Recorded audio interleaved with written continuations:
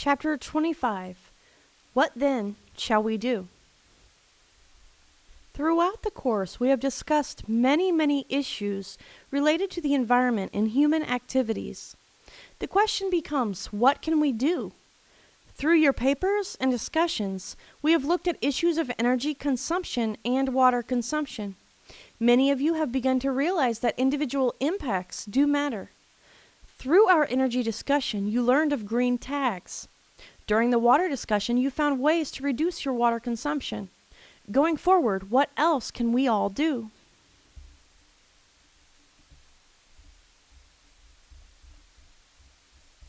Stewardship is the hallmark of Aldo Leopold's land ethic. As you may recall, he implored everyone to take an ethical approach to the land and resource use while recognizing we do have a place in the natural world. This is stewardship. So who should be a steward? Based on our discussion of global environmentalism, the obvious answer is everyone. Many groups have become proactive in this approach and encourage individuals to become better stewards. While it may seem that groups make a difference, in reality, the biggest difference is at the individual level. If each individual made a conscious decision to reduce their footprint, the impacts would be substantial. What role does environmental science play? If you recall, it is one of the most inclusive sciences and includes several other disciplines. For your part, the biggest first step is taking this class. Education is the key to successful development and implementation of sound environmental policies. Having a basic understanding of the issues makes you a more informed actor. Environmental education is so important, Congress enacted the National Environmental Education Act, the NEEA, to help improve the level of environmental education and to encourage careers in environmental science.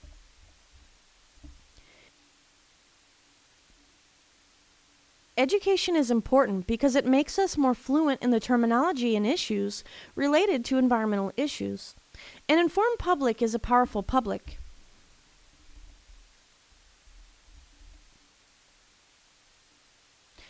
A photo of students in an environmental education course. One of the goals of the NEEA was to increase the number of people going into environmental careers. There are a wide variety of jobs, ranging from professional jobs through technical jobs. Regardless of the area, growth in this job sector is expected to increase over time. A photo of an environmental technician taking samples. Business can also benefit from green initiatives. Many companies are now adopting more green approaches to how they do business. This includes not only improving processes to reduce the amount of pollution released, but also development of green products for consumers to purchase. Green consumerism has become big business in the U.S., but there are limits and many consumers are confused as to which decision is the best in regards to the environment. The best approach is to remember the 3 R's: reduce, reuse, recycle. Ironically enough, while the most focus has been given to recycling, of the 3 R's, it is the least beneficial to the environment.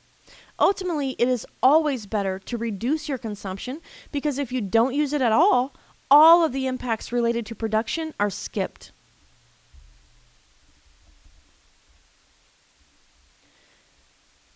Other limits of green consumerism. Focus on doing your best to recycle, buy green products, and be involved. Green consumerism generally can do little about larger issues of global equality, chronic poverty, and oppression in the third world. There is a danger that an exclusive focus on our own small steps, such as recycling, may divert attention from greater environmental issues.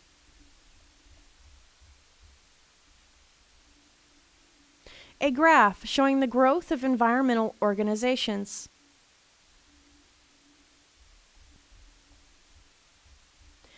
As mentioned earlier, many environmental organizations have developed in response to environmental issues. These groups are typically broken into mainline versus more fringe or radical groups, but can also include non-governmental agencies and student groups on campus. Ultimately, the decision to join a group is a personal decision based on how they align with your individual ethic. However, regardless of which group you may join, the key is to get involved. Some groups have limited contact with members and focus instead on land acquisition, litigation, and lobbying.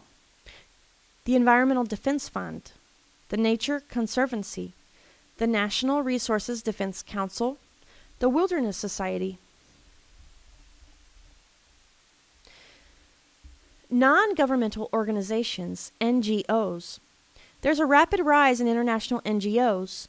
Rio Summit in 1992 had 30,000 representatives of environmental groups attending. Carry out public education and consciousness raising using protest marches and civil disobedience. Conservation International does Debt for Nature swaps. Campus Greening. Student Environmental Action Coalition, SEAC, is the largest group with some 5,000 chapters. Is there a chapter on your campus? Another important student organization group is the Network of Public Interest Research Groups. You can learn to organize, use social media to get your message out.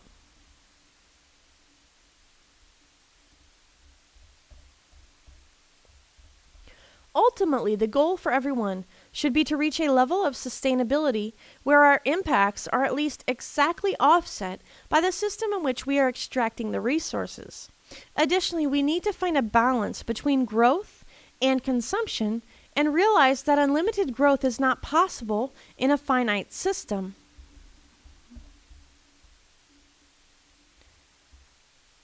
An illustration of a model for sustainable development.